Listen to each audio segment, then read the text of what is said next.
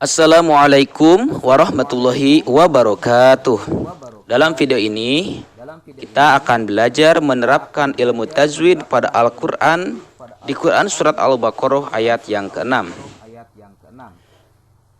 A'udzu billahi minasy syaithanir rajim. Bismillahirrahmanirrahim. Innalladzina kafaru sawa'un 'alaihim a'anzartahum am lam tunzirhum la yu'minun. Sadaqallahul adzim. Baik, di sini ya kita perhatikan. Kita akan belajar bagaimana cara menerapkan ilmu tajwid pada Quran surat ya.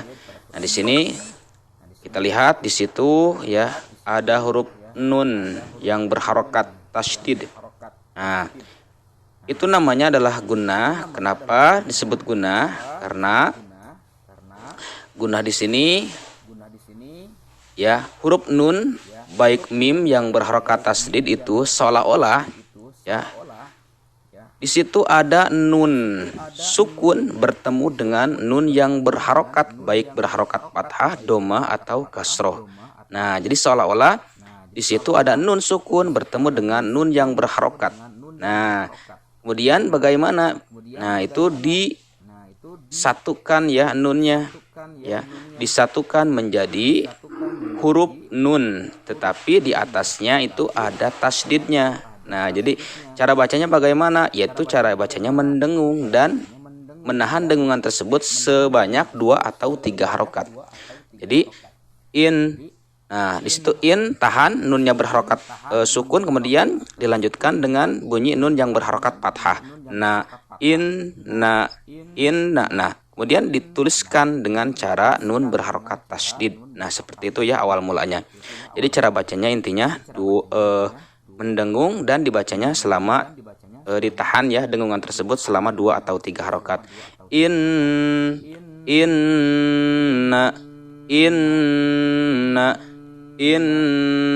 Oke, seperti itu cara membaca gunnah ya. Selanjutnya di situ ada huruf alif lam ya, di mana huruf alif lam ini adalah sebuah hukum dalam ilmu tajwid dibagi menjadi 2. Yang pertama ada disebut dengan alif lam syamsiyah dan yang kedua alif lam qamariyah. Adapun cara membacanya, alif lam syamsiyah itu dibaca idgham ya, dan yang kedua alif lam qamar itu dibaca idhar atau jelas. Nah, sekarang kita perhatikan di sini di depan huruf alif lam itu terdapat huruf dha. Nah, yang mana huruf dha itu adalah termasuk pada huruf-huruf alif lam syamsiyah yang berjumlah 14. Nah, agar mudah diingat, ada syair ya, lakukan dalam bentuk syair. Tiba thumma sil rahman tapuzdib dhani'am da'su adhanni jur syarifan lil khiram. Nah, itu ya syair untuk memudahkan kita dalam menghafalkan huruf-huruf alif lam syamsiyah. Oke, di sini berarti alif lam menghadapi huruf dha itu adalah alif lam syamsiyah. Cara bacanya itu harus idgham atau memasukkan huruf nun ya nal ke dalam huruf syamsiyah. Innal. Nah, seperti itu.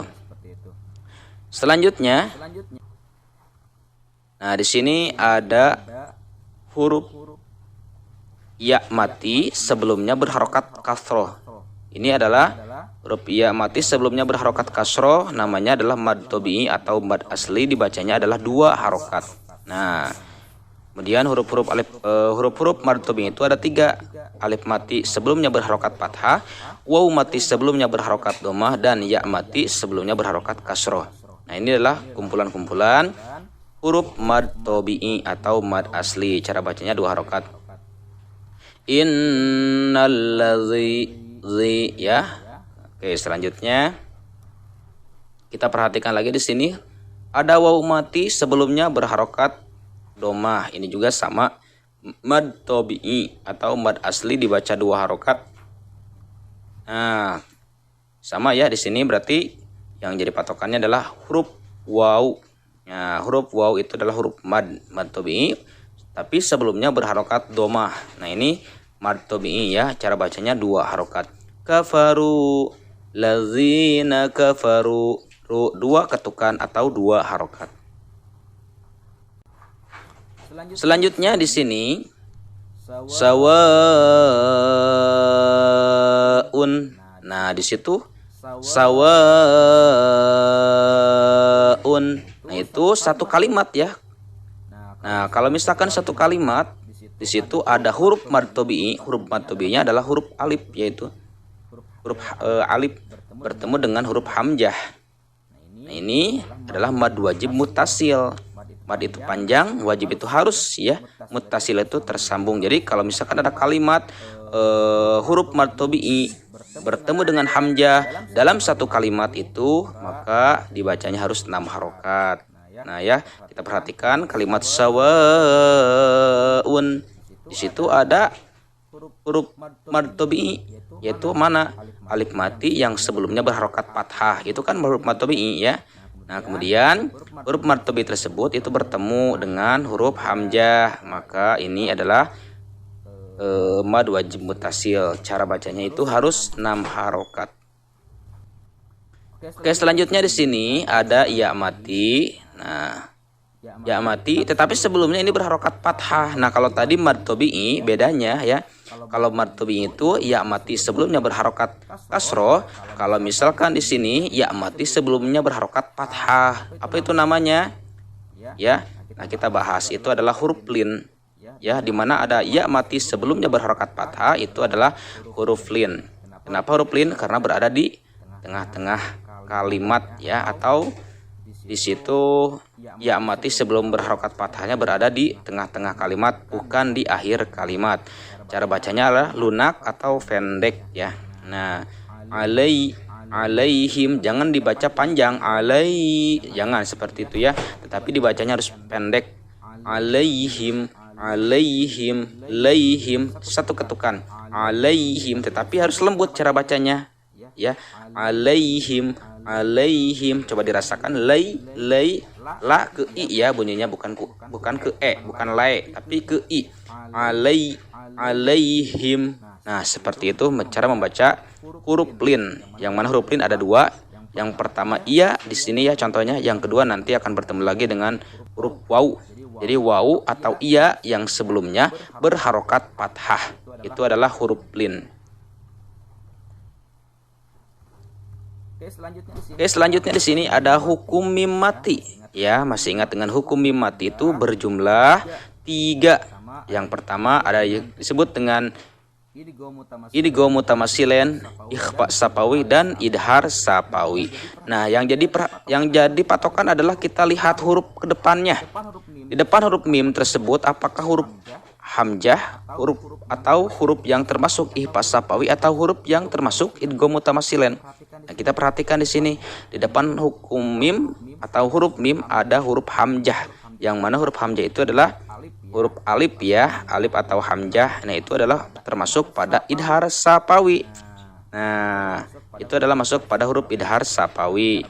Jadi cara bacanya idhar itu jelas ya. Jadi di sini menyebutkan huruf mimnya, him itu terdengar harus jelas. Alaihim zartahum. Nah, jadi di situ ada mim mati bertemu dengan huruf hamzah, maka ini adalah idhar sapawi. Dibacanya harus jelas. Selanjutnya kita perhatikan di situ ada nun mati ya. Lihat tadi situ Nah, jadi nah, nun mati bertemu dengan huruf apa? Huruf za. Nah, apabila ada huruf nun mati bertemu dengan huruf za, itu apa namanya? Kita lihat di sini bagian-bagian dari hukum nun mati. Nah, hukum nun mati ada 4: idhar, idgham, iqlab, ikhfa. Nah, kita perhatikan huruf di depannya. Di depan huruf nun mati itu ada huruf dha. Dha itu termasuk kemana? Idhar, idgham, iqlab, ikhfa. Nah, kita lihat semua huruf-huruf yang ada di dalamnya. Oh, ternyata huruf dha itu adalah termasuk pada huruf ikhfa. Cara bacanya yaitu menyembunyikan serta mendengung. Nah, jadi bacanya ada dengungan. Ya. Tetapi dengungnya itu terbagi ke dalam 3, ya. Ada akrob, ausat, dan abad, ya. Nah di sini kita lihat huruf za. Insya Allah nanti dijelaskan kembali ya mengenai bagian-bagian ikhfa. Jadi cara membaca ikhfa itu ada 3, ya. Ada 3 macam sebetulnya. Nah di sini kita yang jadi intinya kita lihat dulu di sini nun mati bertemu dengan huruf za itu adalah ikhfa mendengung cara bacanya. Ya. Nah seperti itu. Oke, selanjutnya di sini ada hukum ro. Nah, hukum ro itu, ya, kita lihat di situ ada huruf ro yang sebelumnya itu berharokat fathah, itu dibaca tafhim atau tebal. Dar, zar. Nah, ya, tafhim, dar. Nah, terus getaran itu jangan terlalu banyak ya. Zar. Nah, jadi itu hukum ro, ya. Huruf ro itu atau hukum ro itu, cara membaca huruf ro itu terbagi menjadi 2. Yang pertama dibaca tafhim, yang kedua dibaca tarkik. Nah, bagaimana syaratnya? Syaratnya yaitu kalau misalkan huruf ro dibaca tafhim, pertama itu harus berharokat fathah atau domah. Yang kedua mati atau sukun huruf ro-nya. Nah, setelah harokat fathah atau domah. Nah, di sini yang syarat kedua ya. Jadi di sini ada ro sukun atau ro mati itu sebelumnya itu berharokat fathah. Nah, ini maka dibaca tafhim. Nah, atau mati setelah hamzah wasol ya. Nah, kemudian kalau tarkik itu berharokat kasro atau mati sukun setelah harokat kasro. Berarti nanti akan bertemu dengan huruf ro tetapi dibaca tarkik apabila syaratnya itu sebelumnya berharokat kasro. Nah, kalau di sini zar itu kan huruf ro sebelumnya berharokat fathah, maka ini harus dibaca tafhim atau dibaca tebal. Zar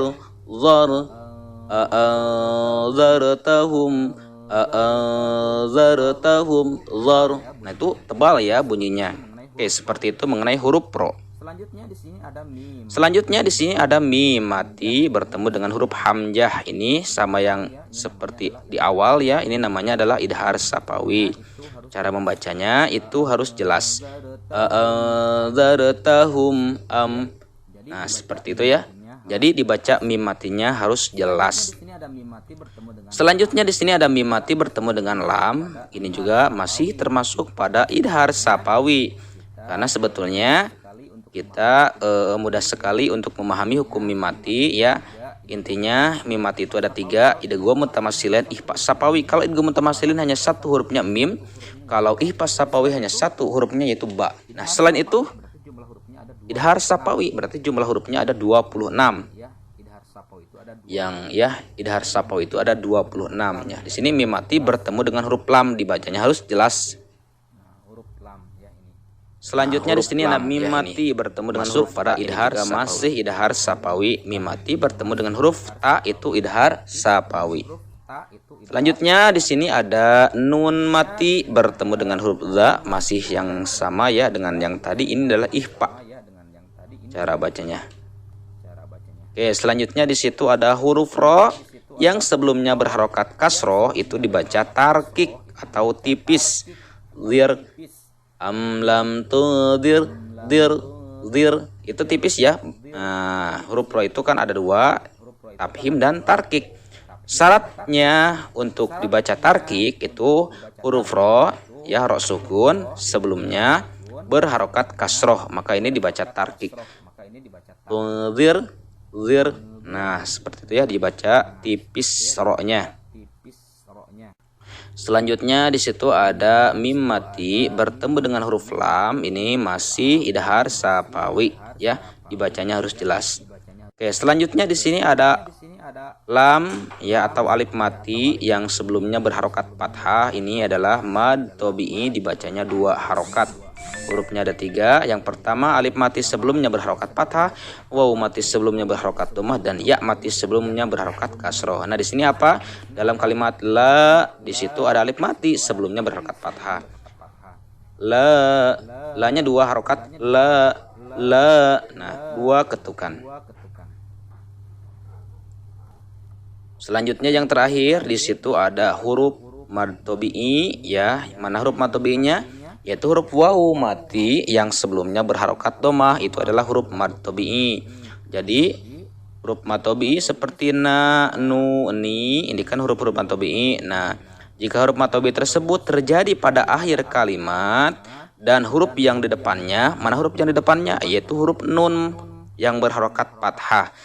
Nah, setelah huruf mad itu disukunkan karena wakof, yang tadinya yu'minuna, ya, yang tadinya yu'minuna karena di situ berhenti atau wakof, maka yang yu'minuna, nah tersebut itu disukunkan jadi yu'minun. Nah, ya, jadi ada huruf mad tabi'i bertemu dengan huruf yang terakhir, kemudian huruf yang terakhirnya itu disukunkan karena berhenti, maka itu namanya mad arid li sukun. Dibacanya bisa 2 harokat, 4 harokat, ataupun 6 harokat. Oke, seperti itu ya cara menerapkan ilmu tajwid pada Al-Quran di surat Al-Baqarah ayat yang ke-6. Mudah-mudahan video berikut ini sangat